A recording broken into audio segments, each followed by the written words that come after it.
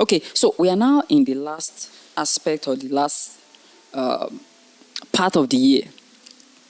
And, this video is currently being recorded in October 2025. And some people have already given up on the year. Don't just give up like that. We still have about 60 days. 60 days is a time that, something wonderful can still happen or can still take place, rather. And if you are somebody who is very optimistic, there are still some few things you can still do. You may not be able to get it all, but, there are still some few things you can still do and, still achieve some little things before the year finally actually wraps up, or for it actually comes to a close.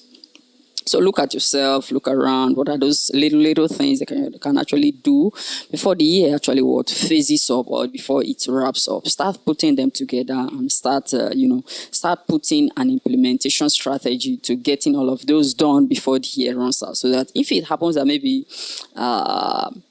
you've not achieved anything since January till date, you can still achieve at least. You can still achieve something, and even if you've achieved something from January to date, maybe all of the goal that you actually planned for the year 2025, you've ticked all of them. Why not the goal for 2026? Why not kickstart them? You don't know how 2026 is going to look like. So start working on the goal for 2026. For 2026, if you already have it, start working on it now already. There is no time to waste. There's no time to sleep on. Appreciate God for what you've already achieved in 2025 and start working on 2026 project and as early as possible.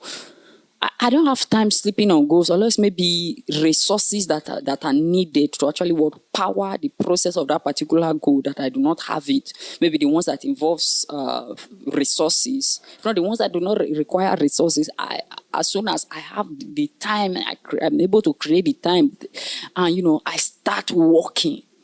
You understand? There have been occasions whereby I've actually recorded up to 30 videos in one particular day. Now, when I'm saying 30 videos, they are not videos of 2 minutes, 3 minutes, 4 minutes.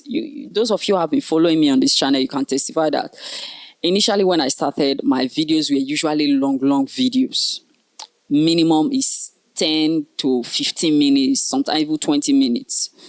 You understand? It is recently that, I'm now doing short videos, maybe 4 minutes, 5 minutes, maybe if it's that long, 7 minutes. Then if it's more than that, maybe in some occasion, I'll cut it into 2 parts. Or I cut one video into 2 parts. So if you have your goal for 2026 already, start kickstarting on it.